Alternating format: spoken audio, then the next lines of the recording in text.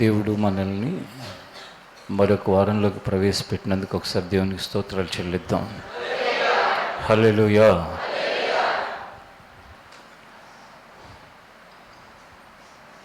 యేసు ప్రభు శరీరధారిగా ఉన్న దినాల్లో ఆయన అనేక అద్భుతాలు చేశాడు, అనేక ఆశ్చర్యకార్యాలు చేశాడు. ఆయన శరీరధారిగా ఉన్న దినాల్లోనే కాకుండా ఆయన నిన్న నేడు యుగయుగములకు ఒకటే రీతిగా ఉన్నాడు అనే మాట ప్రకారం ఆయన సిలువ వేయబడి సమాధి చేయబడి మూడో దినాన తిరిగి లేచి పరలోకానికి ఆరోహణమైన తరువాత ఆ పునరుద్ధానపు అంటే ఏంటంటే ఆయన తిరిగి లేచిన విషయాన్ని ఆయన శిష్యులు ప్రపంచ నలుమూలలా కూడా ప్రకటించడానికి ప్రయత్నించారు. ఆ ప్రకటన ద్వారానే మనందరం కూడా ప్రభు దగ్గరకు వచ్చాం. ఈ ప్రపంచంలో ఎవరు ప్రభువుని ఎరిగినా కూడా దాని మూలాలు వెతికితే అవి ఎక్కడికి వెళ్ళి ఆగుతాయంటే, ప్రభువు పునరుద్ధానుడై తిరిగి లేచిన తర్వాత ఆయన శిష్యులు ఆయా ప్రాంతాలకి వెళ్ళి ఆయన గురించి చెప్పటం ద్వారా మనందరం ఆయన తెలుసుకున్నాం. ఆనాటి నుంచి నేటి వరకు ఆయన తిరిగి పరలోకానికి వెళ్ళిపోయిన తర్వాత శిష్యులు పంపించి కూడా ఆయన ఏమని చెప్పాడంటే, మీరు వెళ్ళండి,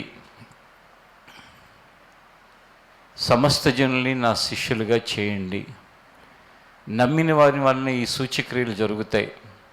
ఆయన ఏదైతే చేశాడో అవన్నీ జరుగుతాయి మీరు విశ్వాసంతో కనుక ముందుకు వెళితే అని చెప్పాడు. అప్పటి నుంచి అనేకమైనవి జరుగుతూ వస్తున్నాయి. ఆయన యొద్దకు వచ్చి ఆ మార్గంలో నడిచేవారి జీవితంలో దేవుని వలన ఏదైనా జరగాలి అంటే కనుక ప్రధానమైన ఒక అంశం ఏంటంటే, జరగటానికి మనలో ఒక అయోగ్యత అనేది ఒకటి. అంటే అయోగ్యత అంటే ఏంటంటే అర్హత లేకపోవటం. యోగ్యత అనేది ఒకటి. ఆయన యొద్దకు వచ్చి రక్షించబడిన మనలో అనేకులు దేవుని ఏదైనా అడుగుతున్నప్పుడు ఆ అడుగుతున్న దాని విషయంలో ఆయన మన యోగ్యతను చూస్తే, అంటే మన అర్హతను చూస్తే, ఇతను యోగ్యుడు యోగ్యురాళ్ళు అని చూస్తే ఆ త్రాసులో మనం ఎక్కడుంటాం? అయోగ్యులుగా ఉంటామా యోగ్యులుగా ఉంటామా? బైబిల్ ఏం చెప్తుందంటే యోగ్యతను గురించి ఒకసారి కొరింథీయులకు రాసిన మొదటి పత్రిక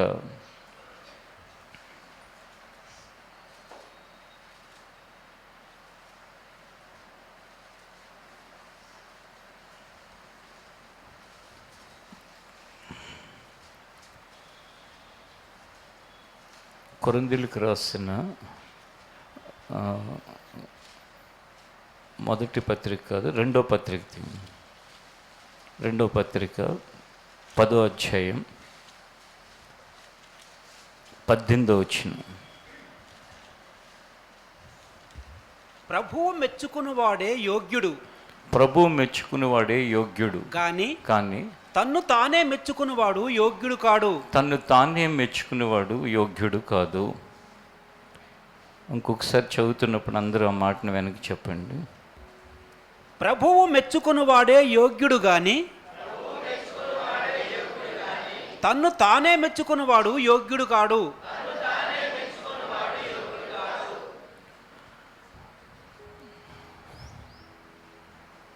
తను తానే మెచ్చుకునేవాడు ఏం కాదంట, యోగ్యుడు కాదు. ప్రభువు మెచ్చుకునేవాడు యోగ్యుడు అని. ఇప్పుడు లోకమంతా దేనికోసం పరిగెడుతుంది అంటే, తనని తాను కానీ తనని ఇతరులు కానీ మెచ్చుకోవటం కోసం లోకం పరిగెడుతుంది. ఎక్కువ మందికి ఏం కావాలి అంటే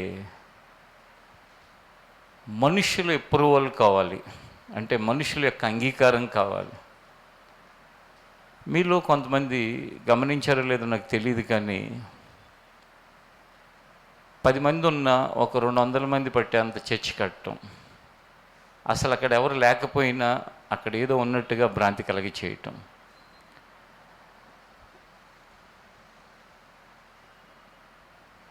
నెంబర్స్లో ఎన్నో అబద్ధాలు చెప్పటం, లేక ఏదో అయిపోతుంది అని అందరికీ ఒక భ్రాంతి భ్రమ కలిగించేటట్టుగా మాట్లాడటం. మీరు ఎన్నో చూస్తూ ఉంటారు. కొందరు చూడకపోవచ్చు. దేవుడు వాళ్ళతో అసలు రోజు సూటిగా మాట్లాడుతున్నట్లుగా అన్ని అబద్ధాలు చెప్పటం.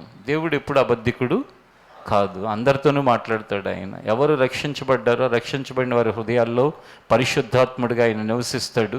ఆ పరిశుద్ధాత్మ దేవుణ్ణి దుఃఖపరచని వారికి ప్రతి క్షణం ఆయన గైడ్గా ఉంటాడు. కానీ ఈ భ్రాంతి భ్రమ కల్పించే కొంతమంది మామూలు మనుషులు, వాళ్ళకంటే ఎక్కువ సేవకులు, దేవుడు చెప్పాడు అని చెప్పి ఎన్నో పచ్చి అబద్ధాలు, ఫెయిల్యూర్ మాటలు, ఎన్నో మోసకరమైన విషయాలు మాట్లాడుతూ ఉంటారు. అవన్నీ దేవుడు చెప్పినవా అంటే ఎందుకు చెప్తున్నారు అట్లా? దేవుడు చెప్పినవి ఎందుకు ఫెయిల్ అవుతున్నాయి? లేక దేవుడు చెప్పాడు అంటున్న వాటిని అవి అబద్ధాలు ఎలా చెప్తున్నారు? దేవుడికి ఇంకేమీ పని లేదా? అమ్మ నీ మెళ్ళ గొలుసు ఇచ్చేయమని చెప్పమన్నాడు అంటే ఈయనకి చెప్పాడు, మరి ఆమెకు కూడా చెప్పాలిగా నీవు ఇచ్చేయని చెప్పేసి. ఎంత పచ్చి అబద్ధాలు! ఒకసారి ఒక అతను వచ్చాడు, నేను చింతల్లో ఆరాధన అయిపోయింది, మనది ఈవినింగ్ సర్వీస్ రెండోది ఉంటుంది కాబట్టి ఆ రెండో సర్వీస్కి నేను వెళ్తాను. ప్రార్థన అంతా అయిపోయిన తర్వాత వచ్చి నేను పలానా ఫంక్షన్ హాల్లో పెట్టాలనుకుంటున్నాను ప్రార్థన, దేవుడు మిమ్మల్ని రెంట కట్టమంటున్నాడు అని వచ్చాడు. ఆయన ఫంక్షన్ హాల్లో ప్రార్థన పెడతాడంట, రెంట్ అని కట్టమంటున్నాడంట. దేవుడు చెప్పాడంట ఆయనకి, వెళ్ళు అక్కడ ఒక ఆయన ఉంటాడు ఎఫ్ఎఫ్రా బ్రదర్ అని చెప్పి, ఆయన దగ్గరికి వెళ్ళి చెప్పు అన్నాడంట. మిమ్మల్ని ఎవరైనా వచ్చి అలా చేస్తే రెంట కట్టమని కాదు, మిమ్మల్ని ఒక 1000 రూపాయలు ఇమ్మన్నాడు దేవుడు అంటే మీరు ఏం చేస్తారు? ఏం చేస్తారో తెలుసా? ఆయన్ని బాధ పెట్టడం ఎందుకు అని, ఒకవేళ దేవుడి చేత ఆశీర్వాదం కూడా వస్తుందని చెప్పి ఏమీ చెక్ చేసుకోకుండా, అసలు ఎవడు అడుగుతున్నాడో తెలియకుండా సమర్పిస్తారు. ఎందుకంటే అట్లా అయిపోయింది సమాజం. స్వకార్యం స్వామి కార్యం రెండు అయిపోతాయి. స్వకార్యం ఏంటంటే ఎదుటివాడు మంచాడని అనుకుంటాడు మన దగ్గరికి వస్తే మనం ఏదన్నా చేస్తే. స్వామి కార్యం ఒకవేళ దేవుడు చెప్తే అది కూడా అయిపోద్ది అని చెప్పేసి నేను అన్నాను, నీకు చెప్పిన దేవుడు నాకు కూడా చెప్పినప్పుడు నేను గడతాలే అన్నా. ఇంకొకసారి షాక్ తిన్నాడు. అసలు అలాంటి పదం ఒకటి ఉంటుందని కూడా మరి ఆయనకు అర్థం కాలేదేమో, నాకు తెలియలే అని ఇటు చూశాడు. మన బ్రదర్స్ అంతా ఒక 10-12 మంది ఉన్నారు. వీళ్ళందరూ ఎవరు అంటే దేవుడు పనిచేసేవాళ్ళని. వీళ్ళు పనులు చేసుకుని దేవుడు పని చేస్తారా, పూర్తిగా పనిచేస్తారా అంటున్నాడు. అసలు ఒక రాజులాగా, ప్రభువులాగా, దేవుడేమో మీరు నేను పరిచర్య చేయటానికి వచ్చాను కానీ పరిచర్య చేయించుకోవటానికి రాలేదు, ఒక దాసుడుగా ఆయన ఉంటే, మనుషులు చూడండి, ఆయన పని చేస్తే ఏమైంది, లేకపోతే పని చేయకుండా చేస్తే ఏమైంది? నేను అప్పుడు అన్నాను, వాళ్ళ పని వాళ్ళు చేసుకుని చేసేవాళ్ళే ఎక్కువ మంది ఉన్నారు. అసలు నిజంగా నేను చెప్పినట్టుగా నా బాడీ లాంగ్వేజ్, ఆ మాట అంటే ఏంటంటే వాళ్ళకి అసలు మనుషులు కాదు, వాళ్ళదే ఉంది. ఇలాంటి భ్రాంతి భ్రమ మోసకరమైన మాటలు ఎక్కడ విన్న వాటికి దూరంగా ఉండి అసలు వింటమే అలాంటివి వేస్ట్. చూడండి ఎందుకు చెప్తారు, ఎందుకు అంటే కేవలం ఏంటంటే వాళ్ళు అలాంటివి చేసి మనుషులు అప్రూవల్ కోసం, అంటే మనుషులందరూ అబ్బా గొప్ప సేవకుడు, గొప్ప సంఘం, లేకపోతే పెద్ద చర్చి, ఇట్లాంటివన్నీ. నేను చెప్పేది ప్రభువు వైపు చూడకుండా మనుషుల ఘనత కొరకు, మనుషుల గౌరవాల కొరకు, మనుషుల దగ్గర మెప్పు కొరకు ప్రయత్నించే ప్రతి వ్యక్తికి ఇది వర్తిస్తుంది. ఇక్కడ ఉన్న ఎవరిలో అయినా, లేక దీన్ని వినే ఎవరిలో అయినా, ఎక్కడైనా సరే దేవుని వాక్యం అని చెప్తుందంటే ప్రభువు మెచ్చుకునేవాడే యోగ్యుడు కానీ తను మెచ్చుకునేవాడు యోగ్యుడు కాడు. ప్రభువు మెచ్చుకోవటం ఎలా జరుగుతుంది? తను మెచ్చుకోవటం అనేది ఎలా జరుగుతుంది? తను మెచ్చుకోవటం అనేది ఎలా జరుగుతుందంటే, ఒకసారి లూకా సువార్త 18వ అధ్యాయం దగ్గరికి వస్తే అక్కడ ఒక వ్యక్తి తను మెచ్చుకుంటూ ఒక ప్రార్థన చేశాడు. ఆ ప్రార్థన ఏంటంటే 11-12 వచనాలు చదువుకుందాం. లూకా సువార్త 18వ అధ్యాయం 11-12 వచనాలు. పరిసయ్యుడు నిలువబడి పరిసయ్యుడు నిలవబడి, దేవా దేవా, నేను చోరులను, నేను చోరులను, అన్యాయస్తులను, అన్యాయస్తులను, వ్యభిచారులనైనా, వ్యభిచారులనైనా, ఇతర మనుషుల వలనైనను, ఇతర మనుషుల వలనైనను, ఈ సుంకర వలనైనను ఉండనందుకు, ఈ సుంకరి వలనైనను ఉండనందుకు నీకు కృతజ్ఞతాస్తుతులు చెల్లించుచున్నాను. నీకు కృతజ్ఞతాస్తుతులు చెల్లించుచున్నాను. వారమునకు 2 మార్లు ఉపవాసము చేయుచు, వారమునకు 2 మార్లు ఉపవాసము చేయుచు, నా సంపాదన అంతట్లో 10వ వంతు చెల్లించుచున్నానని, నా సంపాదన అంతట్లో 10వ వంతు చెల్లించున్నానని తనలో తాను ప్రార్థించుచుండెను. తనలో తాను ప్రార్థించుచుండెను. అయితే సుంకరి దూరముగా నిలుచుండి, అయితే సుంకరి దూరముగా నిలుచుండి, ఆకాశం వైపు కన్నులెత్తుటకైన నువ్వు ధైర్యం చాలక, ఆకాశం వైపు కనులెత్తుటకైన ధైర్యము చాలక, రొమ్ము కొట్టుకొనుచు, రొమ్ము కొట్టుకునుచు, దేవా దేవా, పాపినైన నన్ను కరుణించుమని పలికెను. పాపినైన నన్ను కరుణించమని పలికెను. అతని కంటే ఇతడు నీతిమంతుడుగా తీర్చబడి, అతని కంటే ఇతడు నీతిమంతుడుగా తీర్చబడి, తన ఇంటికి వెళ్ళనని మీతో చెప్పుచున్నాను. తన ఇంటికి వెళ్ళినని మీతో చెప్పుచున్నాను. తన్ను తాను హెచ్చించుకున్నవాడు తగ్గింపబడిననియు, తను తాను హెచ్చించుకున్నవాడు తగ్గించబడిననియు, తన్ను తాను తగ్గించుకున్నవాడు హెచ్చింపబడిననియు చెప్పెను. హెచ్చించబడిననియు చెప్పాను. చూడండి, ఆ 11వ వచనంలో ఏమనుంది, ఏమంటున్నాడు? ఆ చోరులు అంటే ఆ దొంగల్లాగా లేను నేను, ఆ అన్యాయం చేసేవాళ్ళలాగా నేను లేను, ఆ వ్యభిచార చేసేవాళ్ళలాగా నేను లేను అని, ఏవో చెడ్డ పనులు చేసేవాళ్ళలాగా నేను లేనని, పక్కనే ఒకటి కనపడితే వీళ్ళలాగా కూడా నేను లేను అంటున్నాడు. సుంకరి అంటే ఎప్పుడు ఒక పదం ఉంటుంది తెలుగులో, పరనింద ఆత్మస్తుతి అని. అంటే ఏంటంటే తను తాను పొగుడుకోవటం, ఇతరుల్ని అవమానించడం, తక్కువ చేయడం. దయచేసి జీవితంలో ప్రభు మెప్పు ఎలా పొందాలి అనే దాని మీద ఫోకస్ పెట్టి జీవితంలో ప్రయాణం చేయండి. ప్రభు మెప్పు ఎలా పొందాలి తెలుసా? ఇతరుల జీవితంలో ఉన్న బలహీనతలు, లోపాలు, అది నీ భర్త కావచ్చు, నీ భార్య కావచ్చు, నీ పిల్లలు కావచ్చు, నీ తల్లిదండ్రులు కావచ్చు, నీ ఇరుగు పొరుగు వాళ్ళు కావచ్చు, క్షమించి సహించుకుంటూ వెళ్ళిపోతే అది ప్రభువుకి ఎంతో సంతోషం, అది మెప్పు. ఇస్కరియోతు యోధ తన 12 మంది శిష్యుల్లో ఒకడుగా ఉన్నాడు. మధ్య మధ్యలో దొంగతనం కూడా చేసేవాడు అందులో నుంచి. కానీ ఇంకోసారి మారుతాడు, ఎదురు చూశాడు, క్షమించుకుంటున్నాడు. అలాగే మార్పు కొరకు నువ్వు ఎదురు చూచి, అది ఎవరో కాదు కదా, శిష్యుడు కాదు కదా, నీ ఇంట్లో ఉన్న నీ కుటుంబ సభ్యులే కదా, అది ప్రభువుకి ఎంతో ఇష్టమైన విషయం. దాంట్లో ఏముంటాయి తెలుసా? ఒకటి సహనం ఉంటుంది, రెండోది క్షమాగుణం ఉంటుంది. ప్రభువు మెచ్చుకునే విషయాలు ఏంటి? నువ్వు ఎవరికైతే సహాయం చేస్తున్నావో, లేక ఎవరికైతే దయ చూపిస్తున్నావో, ఎవరి పట్ల అయితే కనికరాన్ని చూపిస్తున్నావో, వాళ్ళు తిరిగి నీ మీద దయా కనికరం చూపించలేని వాళ్ళ విషయంలో చూపించావు అనుకో, ప్రభు ఎంతో మెచ్చుకుంటాడు. కొన్ని ఉంటాయి, అవి ఖచ్చితంగా మన దగ్గర ఉంచుకోలేము, ఎవరో ఒకరికి ఇవ్వాలి. వాటిలో ప్రధానంగా ఏంటి చెప్పండి? మీరు ఫంక్షన్ చేసుకున్నప్పుడు మిగిలిపోయిన ఫుడ్ ఎన్ని రోజులన్నీ దాచి తినగలుగుతావు నువ్వు? అది ఫంక్షన్ కావచ్చు, లేకపోతే ఇంట్లో చేసింది బాగా మిగిలిపోయింది, చాలా టేస్ట్గా ఉంది, చాలా ఖర్చు పెట్టి చేయించావు. ఫస్ట్ ఎవరు గుర్తొస్తారు? చుట్టాలు. ఎందుకంటే మళ్ళీ రేపొద్దున వాళ్ళకి మిగిలినప్పుడు నీకు పంపించాలి, నిన్ను మెచ్చుకోవాలి, 10 మందికి చెప్పాలి. ఏమని చెప్పాలి?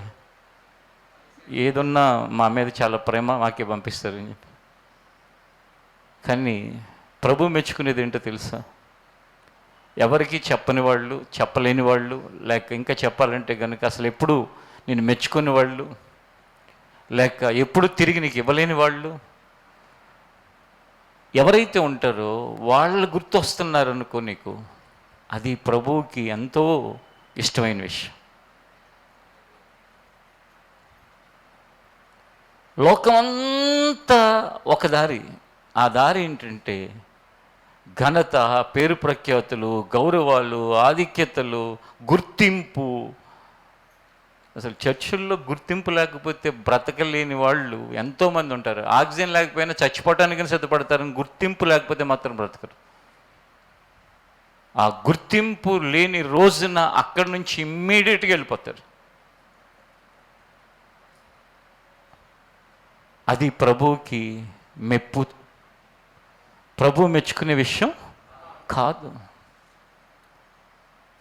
గత వారాల్లో మనం దేవుడు వాక్యం ధ్యానించినట్లుగా తను తగ్గించుకునేవాడు హెచ్చించబడినని. ఏ గుర్తింపు, ఏ గౌరవం, ఏ ఆధిక్యత నాకేమక్కర్లేదు, ఒక సాధారణమైన వ్యక్తిగా నేను బ్రతుకుతాను. అది ప్రభువుకి మెప్పు. నేను బైబిల్లో ఉందని, వాక్యాలు ఉన్నాయని మీతో చెప్పట్లా. నేను నా జీవితంలో వాటిని అనుసరించడానికి, అనుభవించడానికి, అనుసరించి ముందుకు వెళ్ళటానికి ప్రయత్నం చేస్తూ మీ ముందు పెడుతున్నాను.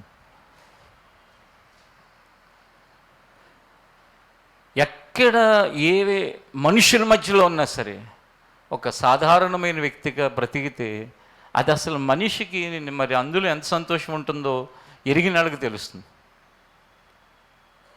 గుర్తింపు కోసం, గౌరవం కోసం ఎప్పుడు ప్రోటోకాల్ గొడవలు అని చెప్పేసి ఏ మీటింగ్ జరిగినా గవర్నమెంట్ పెద్ద పెద్ద గొడవలు అవుతాయి. ఎందుకో తెలుసా? నేను ఎమ్మెల్యేని, నన్ను పైకి పిలవలేదు, నేను ఎమ్మెల్సీని నా పేరు వేయలేదు ఆ రాయి మీద, లేకపోతే నాకు అది చేయలేదు ఇది చేయలేదు అని. లోకంలో అదే జరిగేది. అదే క్రైస్తవ సమాజంలో కూడా ఉంటే ఇంకెందుకు?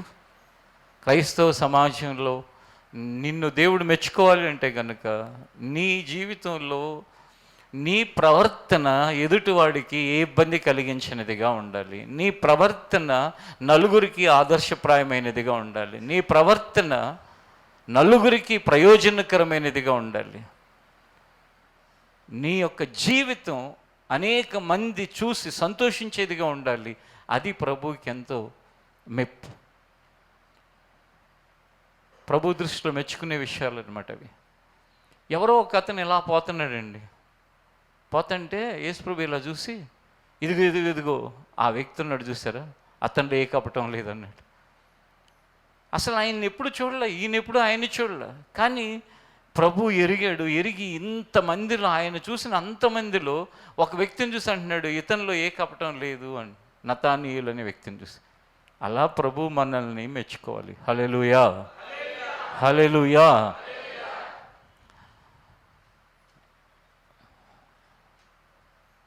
మనల్ని తక్కువ చేసి మాట్లాడినా, మనల్ని ఎక్కడైనా అవమానించారని తెలిసినా, లేక మనల్ని కొంచెం గుర్తించలేదన్నా, మన ఈగో బుస్సలు కొట్టుకుంటే ఇలా ఒక్కసారి బయటకు వచ్చేస్తుంది.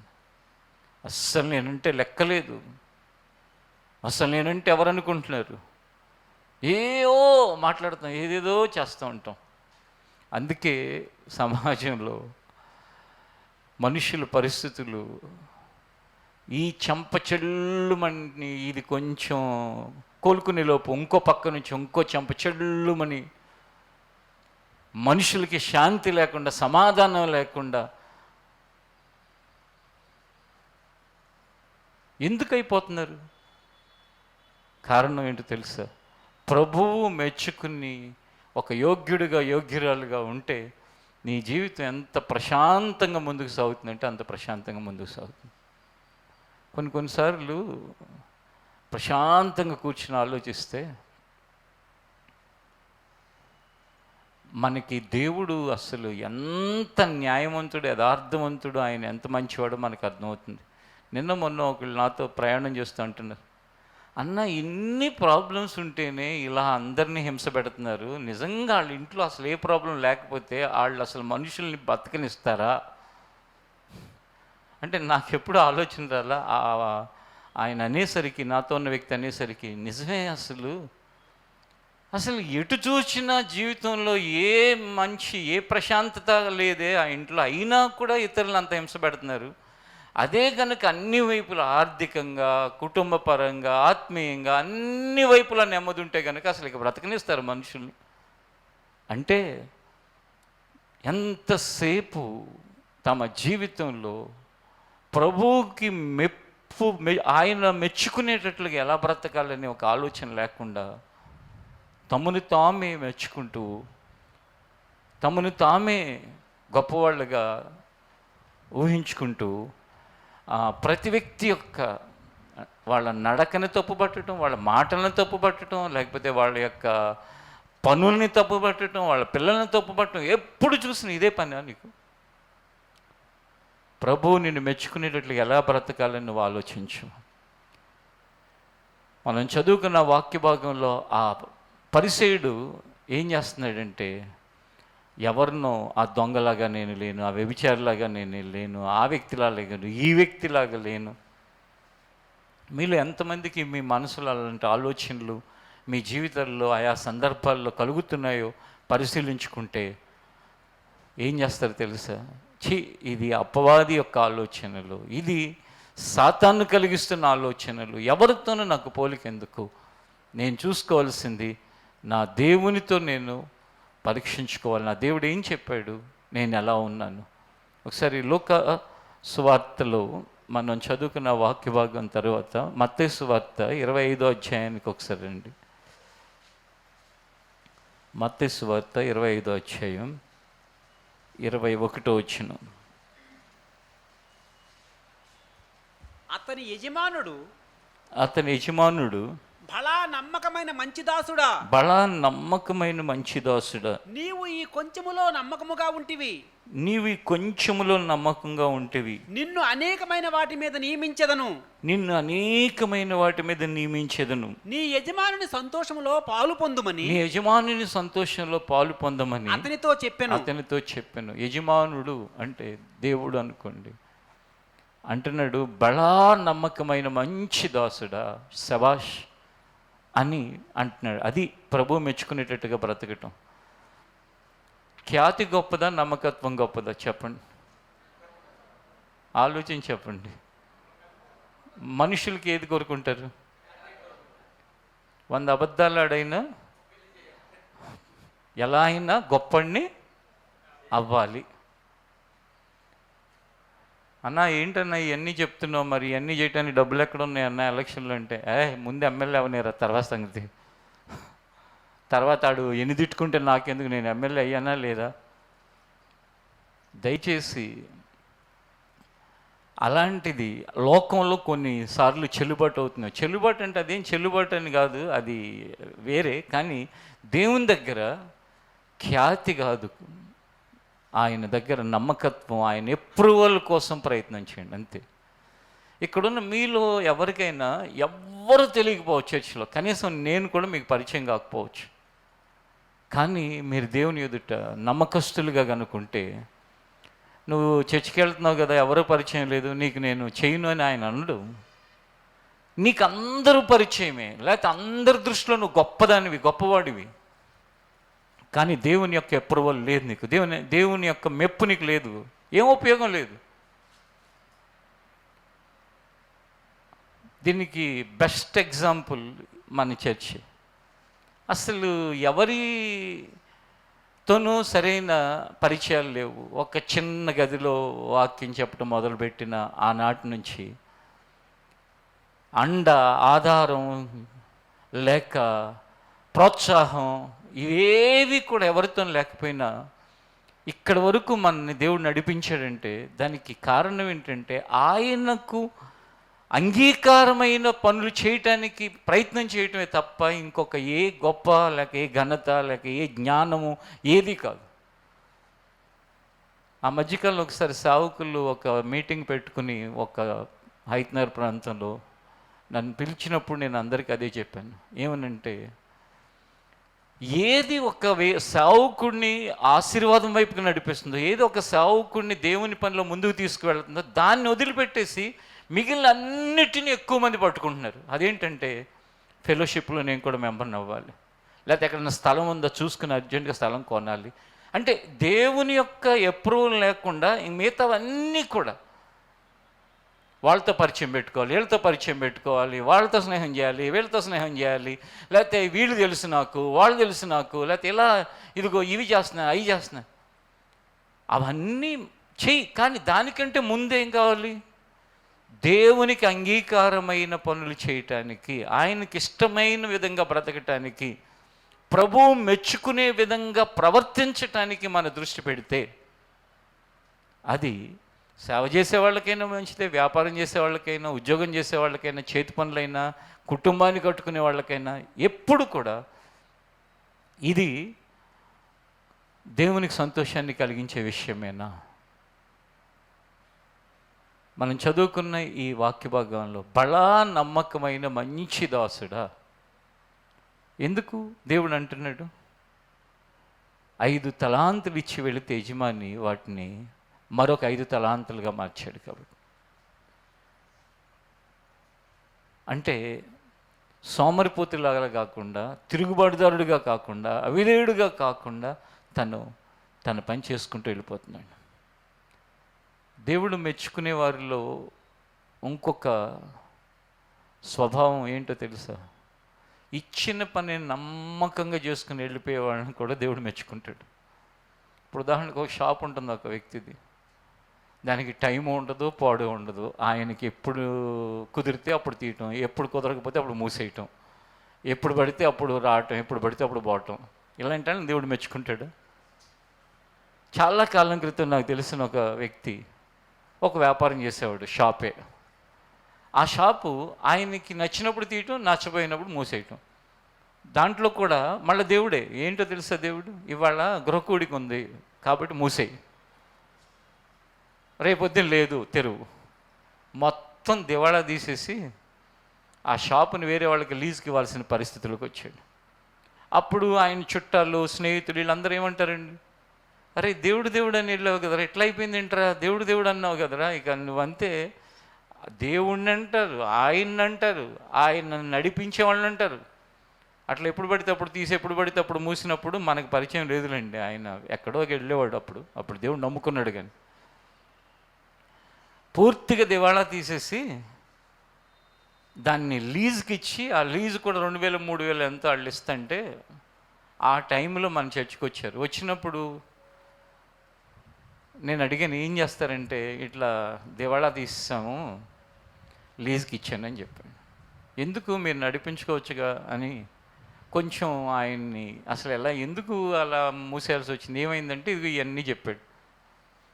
ఎవరు చెప్పారు మీకు ఏదో ప్రార్థన ఉంటే మూసేయమని? షాపులు మనం కోరుకున్నప్పుడు కస్టమర్లు రారు కదా, దానికి ఒక టైం ఉండాలి కదా. మీ ఇష్టం వచ్చినప్పుడు టైము, ఆ గృహకూడికలు ఏమైనా పలానా రోజు పలానా గంటకని ఉంటాయా? ఎప్పుడు అవసరమైతే అప్పుడు పెడతారు. దాంట్లో మీకెందుకు? ఎవరెవరో ఇంట్లో జరుగుతూ ఉంటాయి, మీ పని అంటే మీ పని మీరు బాధ్యతగా చేయండి.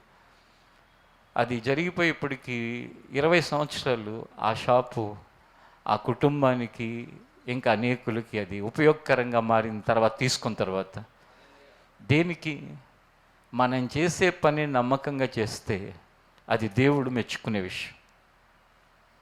ఒక షాపే కాదు, ఉద్యోగంలో అయినా, చేతి పనిలో అయినా, సేవ అయినా, లేక చదువు అయినా, లేక ఇంకా వ్యవసాయం అయినా, ఏదైనా కూడా.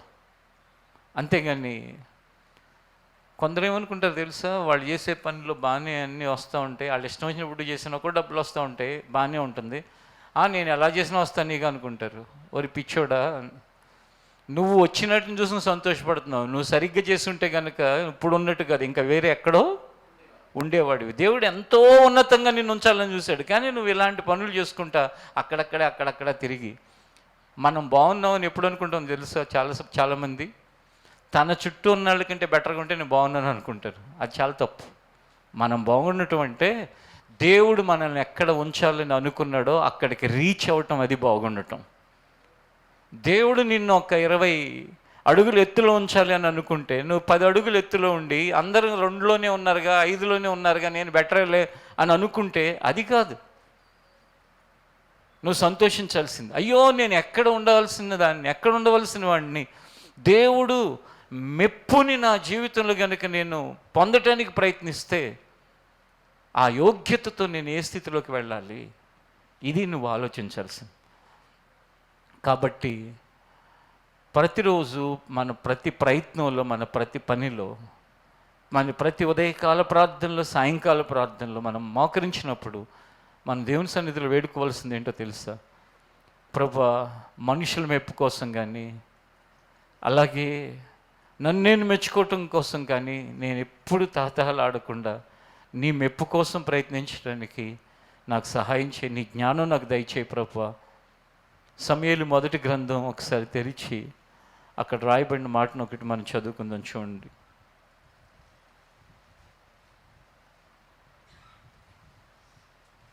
సమూయేలు మొదటి గ్రంథం 16వ అధ్యాయం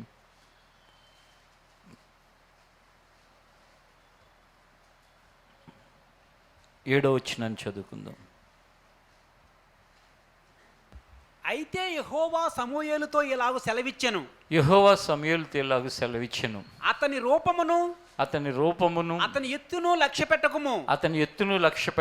మనుష్యులు లక్ష్యపెట్టు వాటిని యెహోవా లక్ష్య పెట్టడు. నేను అతని త్రోసివేసి ఉన్నాను.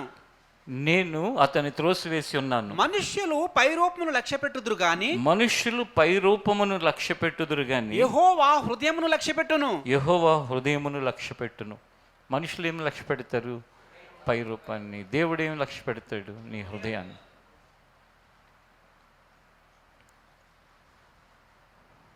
మీరు నన్ను గౌరవించట్లేదు, మీరు నన్ను ప్రేమించట్లేదు, మీరు నన్ను పట్టించుకోవట్లేదు, మీరు నన్ను అలా చేస్తున్నారు ఎలా చేస్తున్నారని నేను అన్నాను అనుకోండి, అది ఎంత ఫూలిష్నెస్ తెలుసా?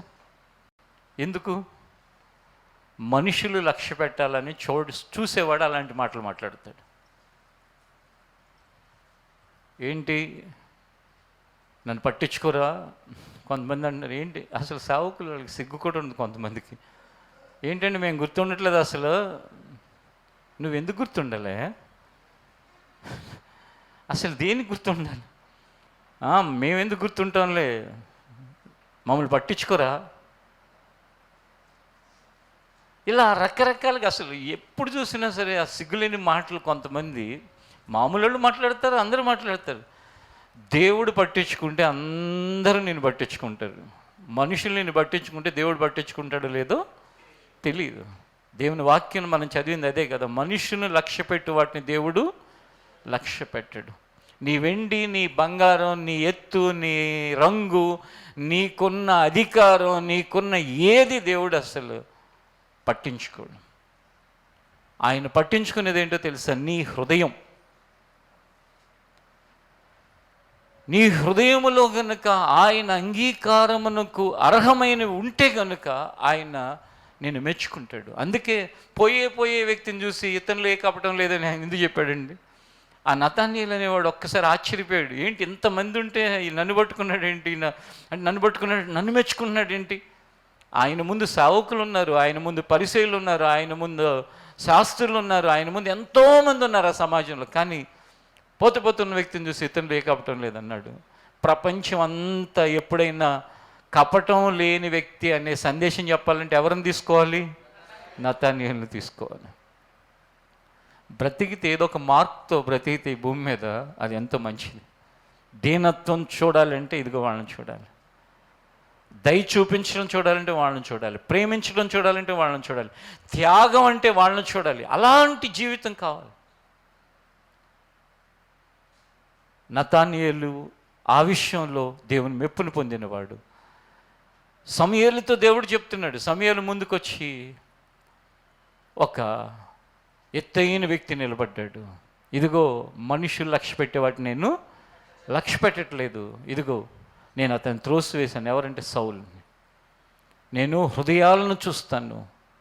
ఈ ఉదయకాలం మన హృదయాలు ప్రభువు చూచి అంగీకరించే విధంగా బ్రతకటానికి మనం ఇష్టపడదాం. మీరు ఏ ఒక్క మనుషుల మెప్పును చూసి మీకు మీరు పొంగిపోకండి. దేవుడు ఇప్పుడు కొన్నిసార్లు పై రూపాన్ని చూసి, పై విషయాన్ని చూసి మనం మెచ్చుకునే వాళ్ళు ఉంటారు. నేను ఒకటి నేర్చుకున్నాను దేవుని వాక్యంలోంచి, పౌలు మాటల్లో నుంచి. నా బలహీనతలేందే నేను అతిశయపడుతున్నాను అంటాడు పౌలు ఒక చోట.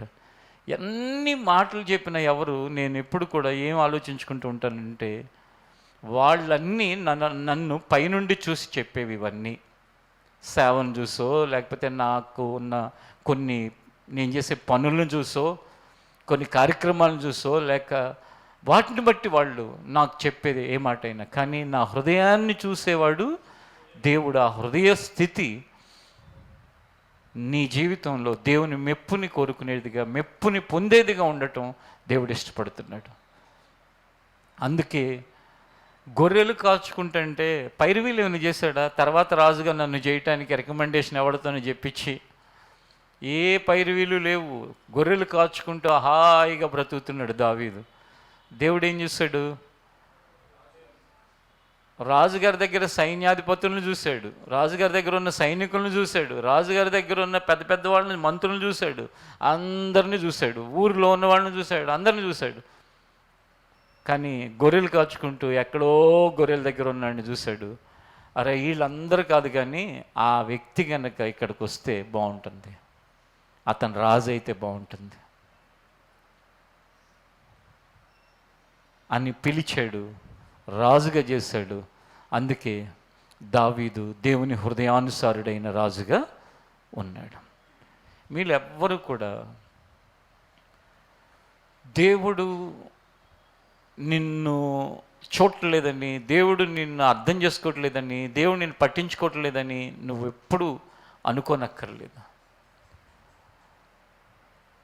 నీ జీవితంలో నీ యొక్క హృదయం దేవునికి అంగీకారమైనదిగా ఉంటే ఆయన ఖచ్చితంగా చూసి, సేవలో నేను గత కొన్ని సంవత్సరాలు గమనిస్తున్న విషయం చెప్పన్నా, సేవ విస్తరిస్తూ ఉండగా ఒక గుంపు కొంతమంది ఉంటారు. ఆ గుంపు ఎప్పుడు ఏమని అంటూ ఉంటారు తెలుసా? అంటారంటే నన్ను అంటారు, ఇంకొకళ్ళని అంటారని కాదు. అన్నకి మేమంటే ఇష్టం లేదు, అన్న మమ్మల్ని పట్టించుకోవట్లేదు, లేకపోతే అన్న వాళ్ళనే పట్టించుకుంటాడు, వీళ్ళనే పట్టించుకుంటాడు. నేను ఎవడరా భయ్యా పట్టించుకోవటానికి? నేను కనుక దేవుని వాక్యానికి అనుకూలంగా కాకుండా వ్యతిరేకంగా ఎవడన్నా పట్టించుకున్నాను అనుకోండి, ఆయన దేవుడు అదో పాతాళానికి నెట్టేస్తాడు. ఆ విశ్వాసం ఉండి సస్తే అలాంటి మాటలు ఎవడన్నా మాట్లాడతాడా? నేను ఎవరిని ముందుకు తీసుకెళ్ళలేను, నేను ఎవరిని వెనక్కి తీసుకువెళ్ళలేను. దేవుడు మాత్రమే తీసుకువెళ్ళగలుగుతాడు. కానీ నిజమైన సేవకుడు దేవుడు ఎవరిని అంగీకరిస్తున్నాడో గుర్తించి వాళ్ళకి ఆయా పనులు, ఆయా బాధ్యతలు, ఆయా సంగతులు వాళ్ళ చేతుల్లో పెడతారు. ఒకవేళ ఏ స్వార్థంతో అయినా ఏదైనా ఎవరికైనా అర్హత లేని వాళ్ళకి అప్పగిస్తే అది దారుణంగా దెబ్బతింటారు. నా జీవితంలో ఇప్పటి వరకు ఇక్కడ నిలబడి చెప్తున్నాను, అప్పటి నుంచి ఇప్పటి వరకు మా రక్త సంబంధాలను బట్టి కానీ, స్నేహాలను బట్టి కానీ, పరిచయాలను బట్టి కానీ, లేక ఇంకా దేనిని బట్టి ఎప్పుడు చర్చికి సంబంధించిన ఏ నిర్ణయము తీసుకోలేదు. అది దేవుడే సాక్ష్యం. జీవితంలో ఆ జ్ఞానం ఉంటే, ఇప్పుడు సేవలు ఇన్ని సంవత్సరాల ఈ ప్రయాణంలో అనేక విషయాల్లో దేవుని యొక్క అంగీకారం ఎలా వచ్చిందంటే, దేవుడు ఎవరిని అంగీకరిస్తే, దేన్ని అంగీకరిస్తే దాన్ని చేయటానికి ముందుకు వెళ్తున్నాం కనుక నిర్మొహమాటంగా వాళ్ళు ఎంత చిన్నవాళ్ళైనా పెద్దవాళ్ళైనా ఎంత సీనియర్ అయినా ఎక్కడైనా ఏదైనా దేవుని అంగీకారమునకు దేవుని ఇష్టానికి విరుద్ధంగా జరుగుతుందని చెప్పినప్పుడు ప్రక్కన పెట్టడానికి వెనక్కి తీయలేదు. అయ్యో ఇన్ని రోజుల నుండి ఉన్నారు కదా, ఇంతకాలం నుంచి ఉన్నారు, ఏమనుకుంటారు, అవన్నీ నాకు అవసరం లేదు. ఎందుకంటే అవసరమైతే నేనే నిర్ణయం తీసుకుంటాను నా విషయం. ఇంకా అలాంటప్పుడు ఇంకొకరు నేను ఎందుకు స్పేర్ చేస్తాను? ఎవరి విషయంలో నేను మొహమాట పడాలి? ఎందుకు మొహమాట పడాలి? జీవితంలో అర్థమైన ప్రతి వ్యక్తి తన కుటుంబంలో దాన్ని ఇంప్లిమెంట్ చేసుకుంటాడు, తన జీవితంలో దాన్ని ఇంప్లిమెంట్ చేసుకుంటాడు. ఏమని ఇంప్లిమెంట్ చేయటం అంటే ఏంటంటే దాన్ని నెరవేరుస్తాడు. ఏమని నెరవేరుస్తాడంటే దేవుని అంగీకారం కొరకు జీవితంలో పనిచేయాలి. దేవుని అంగీకారం అన్నకు వ్యతిరేకంగా విరుద్ధంగా వెళ్ళకూడదు అని చెప్పి సౌలుని దేవుడు వద్దు అని చెప్పాడు. సమూయేలు రాజుగారు ఇప్పుడు నన్ను ఏమైనా చేస్తాడేమో, వెళ్ళి నువ్వు వద్దని చెప్తే నన్ను ఏమైనా చంపుతాడేమో, లేకపోతే నాకేమైనా నా పిల్లలకి ఏమైనా హాని చేస్తాడేమో, భవిష్యత్తులో నాకేమైనా దెబ్బ కొడతాడేమో, ఏం ఆలోచించలే. వెళ్ళి దేవుడు నిన్ను వద్దంటున్నాడు రాజుగారు, మిమ్మల్ని దేవుడు తీసేశాడు, ఆయన ఇష్టమైన వ్యక్తిని ఒక ఆయన కోరుకున్నాడంట, ఆయన రాజుగా చేసుకుంటాడంట అని చెప్పేశాడు. చెప్పేయంగానే పాపం సౌలు ఎక్స్ప్లెనేషన్ ఒకటని ట్రై చేశాడు. అలా కాదు, ప్రజలు తెమ్మంటే తెచ్చాను, వాళ్ళు బాధపడతారని ఏదేదో చెప్పాడు. ఇవన్నీ వద్దు. ఇక్కడ మనం చదువుకున్న వాక్య భాగం అదే. ఏమనంటే మనుష్యులు లక్ష్యపెట్టు వాటిని దేవుడు లక్ష్యపెట్టాడు అబ్బాయి, దేవుడు హృదయాలను చూస్తాడు అని చెప్పాడు. ఈ ఆరాధనలో మీరు దేవుని ఎదుట యోగ్యులుగా నిలబడాలి అంటే మీ హృదయంలో దేవునికి అంగీకారమైన రీతిగా బ్రతకటానికి ఇష్టపడాలి. వాళ్ళు కొంతమంది చర్చ్ అనేది అసలు లేకుండా ఉంటే వాళ్ళ బ్రతుకులు బాగుండేమో. ఇది కొంచెం కాంట్రడిక్టరీగా ఉంది కదా. ఎందుకో చెప్పనా? చర్చ్ అనేది లేకపోతే అంటే ఈ చర్చిలో ఉన్న పరిచయాలు, స్నేహాలు, ఈ చర్చిలో ఉన్న వ్యక్తులను బట్టి వాళ్ళ మీద అసూయపడి, వీళ్ళ మీద అసూయపడి, వాళ్ళని ద్వేషించి, వీళ్ళని ద్వేషించి, వాళ్ళు దేవుని దగ్గర ఉమ్మివేయబడే స్థితిలో ఉంటారు ఇప్పుడు. అదే కనుక అసలు ఈ చర్చ్ అనేది లేకుండా వాళ్ళకి ఇద్దరు ఉన్న చర్చిలో వాళ్ళు రక్షించబడ్డారు అనుకోండి, వాళ్ళకి ఇంతమంది మీద అసూయపడే అవకాశం ఉంటుందా? ఉండదు. ద్వేషించే అవకాశం ఉంటుందా? ఉండదు. ఇంకా వాళ్ళు ఇంకొక వ్యక్తి, ఇంకొకళ్ళు చక్కగా దేవుణ్ణి నమ్ముకుని ఉండేవాళ్ళు. అంటే ఎంత వేదంతో చెప్తున్నానో అర్థం చేసుకోండి. అంటే మీకున్న సంఘం మీ మెడకి ఉరిగా మారకూడదు. మీకున్న పరిచయాలు మీ జీవితానికి శాపంగా మారకూడదు. ఒకవేళ ఇంకా ఇప్పుడు కూడా పోయిందేమీ లేదు, ఇక్కడ ఉన్న కాడి నుంచి వాళ్ళ మీద అసూయపడుతున్నాను, వీళ్ళ మీద ద్వేషంతో ఉంటున్నాను, వీళ్ళ మీద కోపంతో ఉంటున్నాను, ఎందుకు వచ్చింది కానీ ఇక్కడి నుంచి వెళ్ళిపోయి ఏదన్నా నాకంటే అందరూ తక్కువ స్థాయిలో ఉన్న ఒక చర్చి చూసుకుని వాళ్ళతో కలిసి రోజు పాటలు పాడుకుంటూ ఆరాధన చేసుకుంటే ఇంక వీళ్ళందరికీ దూరంగా వెళ్ళిపోతాను నిర్ణయం తీసుకుని అది మంచిది. అది ఎందుకో తెలుసా? నువ్వు అసూయని జయించటం దేవుడికి కావాలి, నువ్వు ఎవరిని ద్వేషించకుండా ఉండటం దేవుడికి కావాలి. ఆ నిర్ణయంలో కూడా ఒక ప్రమాదం ఉంటుంది. అది ఏంటో చెప్పిన, నువ్వు వెళ్ళిన తర్వాత ఆ చర్చి ఈ చర్చి లాగానే అభివృద్ధి చెంది అందరూ గొప్పవాళ్ళే, నువ్వు అలాగే ఉంటే మళ్ళీ అప్పుడు ఏం చేస్తావు? నువ్వు మళ్ళీ వాళ్ళని కూడా ద్వేషిస్తావు, వాళ్ళని కూడా అసూయపడుతూనే ఉంటావు. అంటే దానికంటే మంచి పరిష్కారం ఏంటంటే అసూయ మీద జయం పొందటం మంచి పరిష్కారం. ఇతరులని ద్వేషించడం మానుకోవటం మంచి పరిష్కారం. ఇతరుల మీద చాడీలు చెప్పుకోకుండా బ్రతకటం మంచి పరిష్కారం. ఈ పరిష్కారం నాకు ఇప్పుడప్పుడే రాదులేండి అంటే నేను చెప్పిన మొదటిది చూసుకోండి, మంచిది. ఏంటంటే ఈరోజు వాళ్ళ మీద అసూయ, వీళ్ళ మీద అసూయ, కూర్చుంటే అసూయ, నుంచుంటే అసూయ.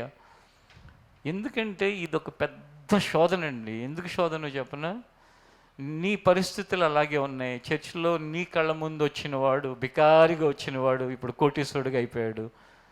దౌర్భాగ్యమైన స్థితిలో వచ్చిన వాళ్ళు, నువ్వు అన్నం పెడితే బ్రతికినోడు లక్షాధికారి అయిపోయాడు. లేకపోతే నువ్వు తీసుకొచ్చిన వాళ్ళు నీకంటే ముందుకు వెళ్ళిపోయారు. అంటే డబ్బులోనే ముందుకెళ్ళటం అని కాదు, డబ్బే ఒక్కటే అది ఆశీర్వాదం కాదు, నేను ఎన్నోసార్లు చెప్తాను. కానీ మన కళ్ళకు కనిపించేది అదే కాబట్టి దాంట్లో ముందుకు వెళ్ళిపోయారు. నువ్వు బండెక్కించుకొచ్చినాడు, ఇప్పుడు కారు వేసుకుని వస్తున్నాడు, చూడంగానే నీకెందుకు అబ్బాయి, నీ సంగతి నువ్వు చూసుకుని హాయిగా నీ జీవితంలో ముందుకెళ్ళిపోతే క్షేమంగా ఉంటావు. ఇవి ప్రాక్టికల్. ఇప్పుడు నేను ఏవైతే చెప్పాను ఇవన్నీ ప్రాక్టికల్గా మనుషుల జీవితాల్లో జరిగాయి. ఒక ఆయన్ని నేను గృహప్రవేశానికి తీసుకెళ్ళి నాకు అప్పుడు అర్థమైంది, ఓహో ప్రతి వ్యక్తి మనం ఆలోచించినట్టుగానే ఆలోచిస్తారని అనుకోకూడదు, రకరకాల ఆలోచనలతో ఉంటారని. ఆ గృహప్రవేశం అయిన తిరిగి వస్తున్నాం, వచ్చేటప్పుడు అంటున్నాడు, బ్రదర్ ఇలాంటి ఇల్లు కట్టుకోవాలంటే ఎంత అవుతుంది బ్రదర్? ఆల్రెడీ ఒక 10 లక్షలు అప్పు ఉంది, ఇప్పుడు ఆ ఇల్లు గురించి ఎందుకండి చెప్పండి. ఇప్పుడు ఈ 10 లక్షలు అప్పు ఎలా తీర్చాలని కాదు, ఇప్పుడు అంటే ఈయన మైండ్లో ఏం తిరుగుతుంది, ఇలాంటి ఇల్లు ఒకటి నేను కూడా కట్టుకుని బాగుంటుందేమో. ఎప్పుడు ఆలోచించాలి అది. కొంచెం కట్టుకునే స్తోమత కొంచెం దేవుడు ఇచ్చి ఇంకేమైనా తక్కువైతే ఏదో లోనో ఏదో ఒక విధంగా తిప్పలు పడవచ్చు. అసలు ఇక్కడ ఏమీ లేదు, ఆలోచనలన్నీ ఎక్కడెక్కడో తిరుగుతూ ఉంటాయి. నేను సేవలో ఏ రోజున ఏ చర్చిలో వాక్యం చెప్పడానికి వెళ్ళినా, ఎంత అది పెద్ద చర్చ్ అయినా చిన్న చర్చ్ అయినా, ఇలాంటి స్థలం ఉంటే బాగుంటుంది, ఇలాంటి చర్చ్ ఉంటే బాగుంటుంది, ఇలా ఉంటే బాగుంటుందని దేవుని కృప వలన ఆలోచన కలగకుండా ఆయన కాపాడాడు. అందుని బట్టి ఆయన కృపకే ఎంతో కృతజ్ఞుడిని నేను. కారణం ఏంటంటే అలాంటి జీవితం ప్రభువుకి మెప్పుని తెచ్చిపెడుతుందండి. ప్రభువు నిన్ను మెచ్చుకునే వ్యక్తిగా మారుస్తుంది. దయచేసి మీలో ప్రతి ఒక్కరూ మనుష్యుల మెప్పు కొరకు చూడకండి. మనుషుల మెప్పు దేవుని మెప్పు కాదు. మనుషులు మెచ్చుకునేవాడు యోగ్యుడు కాదు, కానీ దేవుడు మెచ్చుకునేవాడే యోగ్యుడు. ఈ ఆదివార ప్రార్థన ద్వారా ప్రభువు మెప్పు పొందటం కోసం మన జీవితంలో మన ఆలోచనలు, మన మాటలు, మన పనులు, మన నిర్ణయాలు అన్నీ కూడా ప్రభు మెచ్చుకునేటట్లుగా ఉంటే అవి మన జీవితానికి ఆశీర్వాదకరమైనవిగా మార్చబడతాయి. ఒకసారి యాకోబు రాసిన పత్రికను కూడా తెరవండి.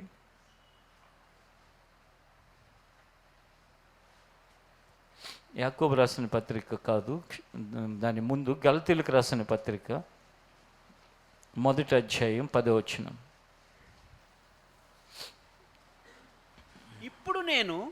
ఇప్పుడు నేను మనుష్యుల దయను సంపాదించుకొని జూచుచున్నానా దేవుని దయను సంపాదించుకొని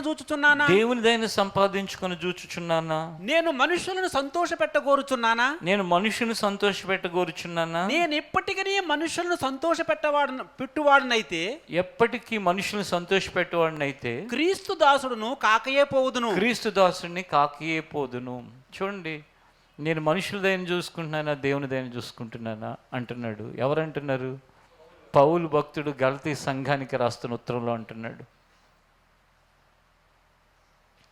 మీలో 5 ఏళ్ల నుంచి 10 ఏళ్ల నుంచి 15 ఏళ్ల నుంచి 20 ఏళ్ల నుంచి 25 ఏళ్ల నుంచి ఉన్నారు. నా ద్వారా దేవుడు మాట్లాడించే విషయాల్లో నా సొంత మాటలకు ఎప్పుడైనా మీ దయని సంపాదించుకోవటానికి ఎన్ని కష్టాలు పడుతున్నానో మీకు ఏం తెలుసు? నా బాధలు ఎప్పుడైనా మీరు ఆలోచించారా? నాకు ఎవరున్నారు? మీకు మీరందరూ అది చూసుకుంటున్నారు, ఇది చూసుకుంటున్నారు, నా పరిస్థితి ఏంటి? మీకేం లెక్కలేదా? ఎప్పుడన్నా ఇలాంటి మాట ఎప్పుడన్నా ఉపయోగించాను? ఇది మనుషుల దయని సంపాదించుకోవటానికి ప్రయత్నం చేయటం అంటే. ఎంతోమంది చెప్పిన మాట వినరు. ఇక్కడికి రాకుండా అక్కడ చర్చికి రండి అని చెప్పి ఇక్కడ కొంతమందికి గర్వం, అయినా ఇక్కడికే వస్తారు. ఏం చేసుకుంటావో చేసుకో. నేను ఎక్కువ మందికి చెప్పను, కొద్దిమందికి ఎవరికో. ఎందుకో తెలుసు? మీలో కొంతమంది బిజినెస్ చేసుకునే వాళ్ళు ఉన్నారు. ఇప్పుడు అయిపోగానే మీ షాప్ తెరుచుకుంటారు, మీ పనులు చూసుకుంటారు. ఏ బిజినెస్ లేదు, పనికి మాలిన పనులు చేయటానికి ఇక్కడ అయిపోగానే ఇంటికి వెళ్ళిపోయి అనవసరమైన వ్యవహారాలు, అనవసరమైన కార్యక్రమాలు, దరిద్రాలన్నీ పోగేసుకోవటానికి ఇక్కడికే వస్తా. ఏం చేసుకుని చేసుకో, నేనేం చేయను, నాకెందుకు? నా మనసులో కనిపించింది చెప్తా, నా పని నేను చేసుకుంటూ పోతా. ఈరోజు వరకు నా పని నేను చేసుకోవటం దేవుడు నాకు నేర్పించాడు. అంతకు మించి ఎవరి విషయంలోనూ, ఎవరిని అతిగా ఏ విషయంలోనూ నేను ఎప్పుడు ప్రచ్ చేసి నేను ఇలా చెప్పా ఎందుకు చేయట్లా 1 సారి 2 సార్లు 3 సార్లు తర్వాత ఇంకా ఆ ప్రభు చేతులకి అప్పచెప్పేయటమే. ఆలోచించుకోండి, మనుషుల దయను సంపాదించుకోవాలని చూస్తున్నావా? దేవుని దయను సంపాదించుకోవాలని చూస్తున్నావా? మనుషులను సంతోషపెట్టాలని చూస్తున్నావా? దేవుణ్ణి సంతోషపెట్టాలని చూస్తున్నావా? పౌలు అయితే తన గురించి ఏమంటున్నాడంటే, నేను మనుషులైనా సంపాదించుకోవాలని చూడట్లేదు, మనుషులను సంతోషపెట్టాలని అనుకోవట్లేదు. ఒకవేళ మనుషులను సంతోషపెట్టాలని అనుకుంటే నేను దేవుడి దాసుడిని కాకుండానే పోయేవాడిని. మన జీవితంలో ప్రభువు మెప్పుని పొంది, మీలో పెద్దవాళ్ళు వాళ్ళెవరు అక్కడికి రావాలని నేను అనుకోవట్లే. కారణం ఏంటంటే, మీకున్న వయసు, మీ ఆరోగ్య పరిస్థితులు, మీ కుటుంబ పరిస్థితులు, మీ ఆర్థిక పరిస్థితులు, కొంతమందికి అక్కడి వరకు రావడానికి కొన్ని ఇబ్బందులు ఉంటాయి. అలాంటి వాళ్ళు చక్కగా దగ్గరగా ఉంది వచ్చి వెళ్ళిపోవచ్చు. కొంతమంది కేవలం నిర్లక్ష్యంగా, సోమరితనంగా, అనవసరమైన పనులు కోసం ఇక్కడికి వచ్చి వెళుతున్న వాళ్ళు ఉంటే కనుక ఖచ్చితంగా మారండి. రాబోయే రోజుల్లో అయితే నాకు తెలిసి టోకెన్ సిస్టమ్ అయితే పెట్టాలని నేను అనుకుంటున్నా. ఆ టోకెన్స్ ఉన్నవాళ్ళు ఇక్కడికి రావాలి. కొత్త వాళ్ళు కాదు నేను చెప్పేది, పాత వాళ్ళకి. వస్తే రండి, లేకపోతే వెళ్ళిపోండి. ఎందుకో తెలుసా? కొత్త వాళ్ళు ఎవరన్నా వస్తుంటే కొన్ని వారాలు అసలు ఇక్కడ ఖాళీ లేకుండా అయిపోతుంటే మరి వాళ్ళ సంగతి ఎవరు చూడాలి? నీ సోమరితనంతో ఇక్కడికి వచ్చిపోతా, లేకపోతే నువ్వు వేరే పనికిమాలిన పనుల కోసం ఇక్కడికి వచ్చిపోతా. ఇక పనికిమాలిన పనులు అంటే వివరించడానికి అనవసరం లేని మీ అందరికీ ఇట్లా కొంతమంది పరిస్థితి చెప్తున్నా. దాని బదులు వాళ్ళు ఏదో ఆరాధనకు వస్తే, నిజంగా ఇక్కడ చర్చ్ అనేది అక్కడేమో అది అమ్మేశారు ఆ బిల్డింగు. ఇక్కడ చర్చ్ అనేది లేకపోతే ఏం చేసి ఉండేవాళ్ళు మీలో అనేకులు? అక్కడ ఉండేవాళ్ళు. కాబట్టి దేవుడు ఇచ్చింది మీలో ఉన్న మీ చెప్పే కదా, మీ వృత్తి రీత్యా, మీ వ్యాపారం, మీ ఉద్యోగం, మీ పనులు, మీ కుటుంబాలు, లేకపోతే మీ ఆర్థిక పరిస్థితులు, మీ వయస్సు, వాటన్నిటికీ ఎలిజిబిలిటీ ఉన్న వాళ్ళంతా ఓకే. కానీ అన్నీ అనుకూలంగా ఉన్నా కూడా నిర్లక్ష్యంతోనో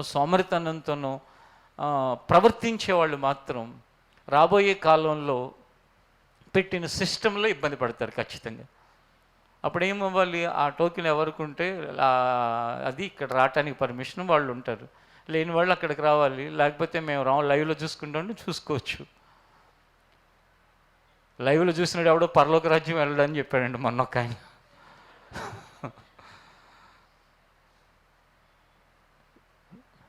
అంటే బాగా కోపం వచ్చి ఉంటుంది ఎవరు రావట్లేదని.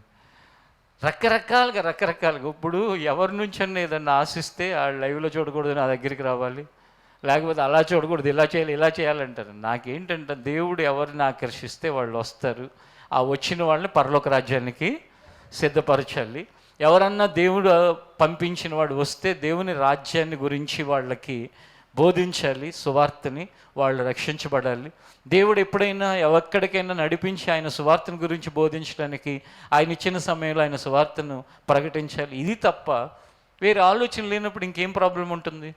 అందుకే మనుషుల్ని సంతోషపెట్టగోరువాడనైతినా నేను దేవుని దాసుణ్ణి కాకయే పోదును అని పౌలు అన్నమాట. యాకోబు రాసిన పత్రిక అన్నాను కదా, అది కూడా చదువుకుని మనం ముగింపులోకి వెళ్దాం. ఒకసారి తీయండి, 4వ అధ్యాయం 10వ వచనం.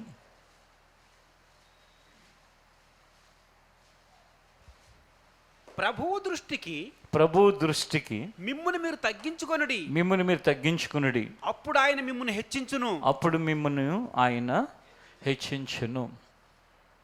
ఈ ఉదయకాలం ప్రభు మెచ్చుకునే వారి లిస్టులో ఇంకెవరు ఉంటారో తెలుసా? తను తగ్గించుకునే వాళ్ళే కూడా ఉంటారు. ప్రభు మెచ్చుకునే లిస్టులో క్షమించే వాళ్ళు ఉంటారు, సహించుకునే వాళ్ళు ఉంటారు, ప్రేమించే వాళ్ళు ఉంటారు, తగ్గించుకునే వాళ్ళు ఉంటారు, దయ చూపించే వాళ్ళు ఉంటారు. ప్రభు మెచ్చుకునే లిస్టులో ఉండే వీరందరూ ప్రభు మెప్పుని పొంది వాళ్ళు యోగ్యులుగా ఉంటారు.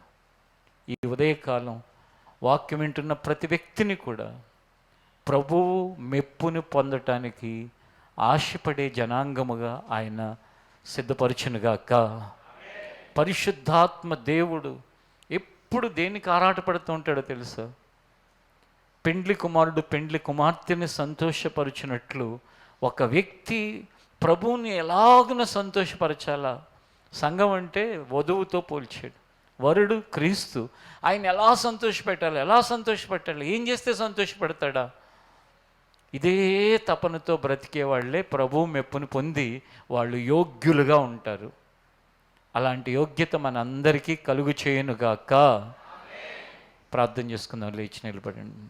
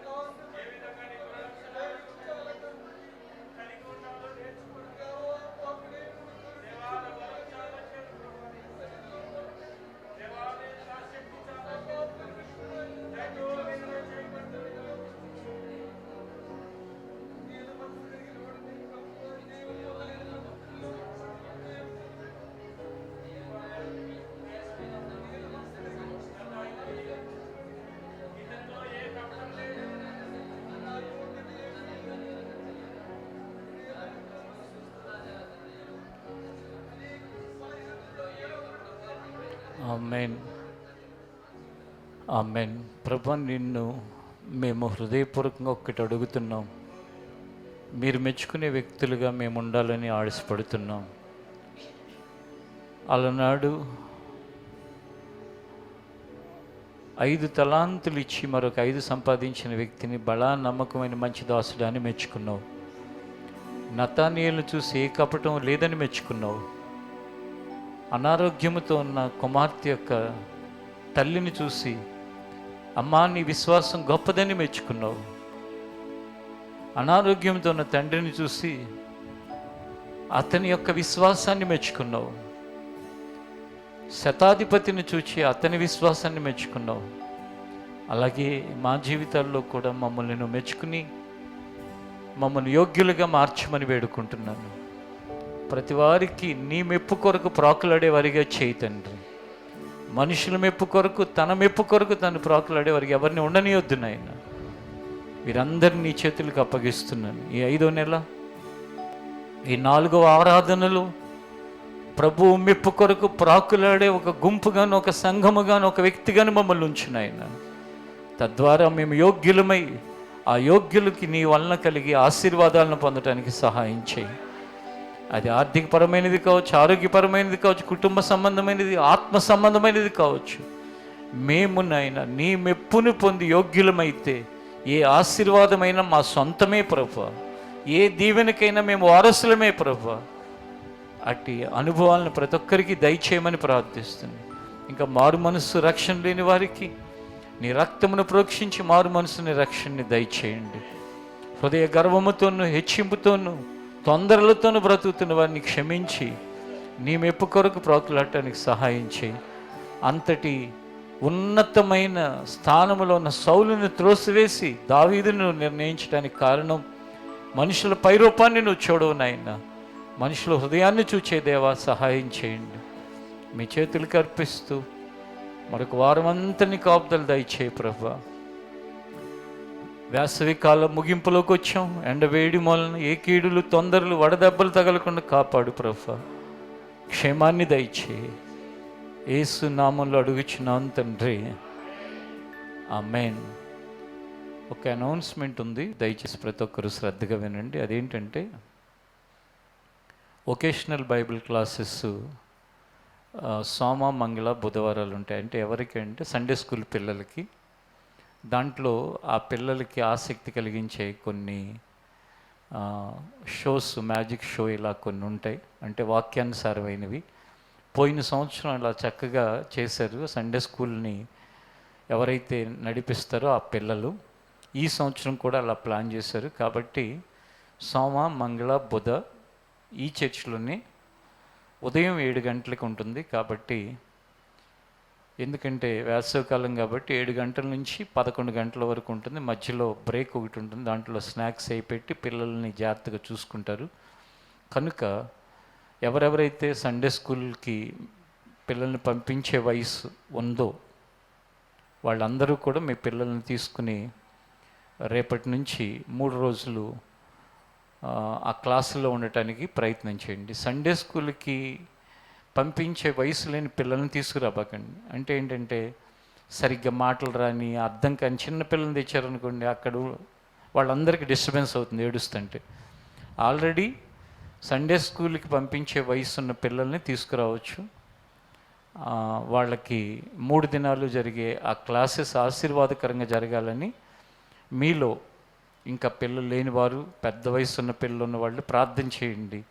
ఆ 3 దినాలు ఆ పిల్లలకి మంచి విషయాలు నేర్పించి ఈ సెలవుల సమయంలో వారిని ఆత్మలో ముందుకు వెళ్ళడానికి ప్రయత్నం చేయడం జరుగుతుంది. అది గమనించండి. ఆశీర్వాద కోరుస్తూ మన ముగింపులకు వెళ్దాం. ఆశీర్వదించుము మమ్ము దేవా, నిన్నైనా దీవెనతో పంపుమయ్యా. ఆశీర్వదించుము మమ్ము దేవా, నిన్నైనా దీవెనతో పంపుమయ్యా. మయా నీదు సన్నిధిలో మేము నిలచి పొందేదామెన్నో మేలులను నీదు సన్నిధిలో మేము నిలచి పొందేదామెన్నో మేలులను పొందేదామెన్నో మేలులను పొందేదామెన్నో మేలులను.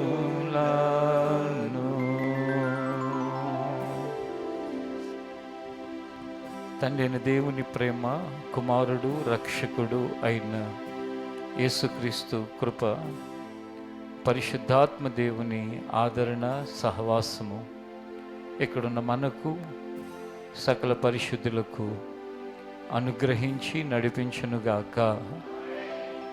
ఆమేన్. ఈ ఆరాధన ముగింపులో మీ అందరికీ నా హృదయపూర్వకమైన వందనాలండి.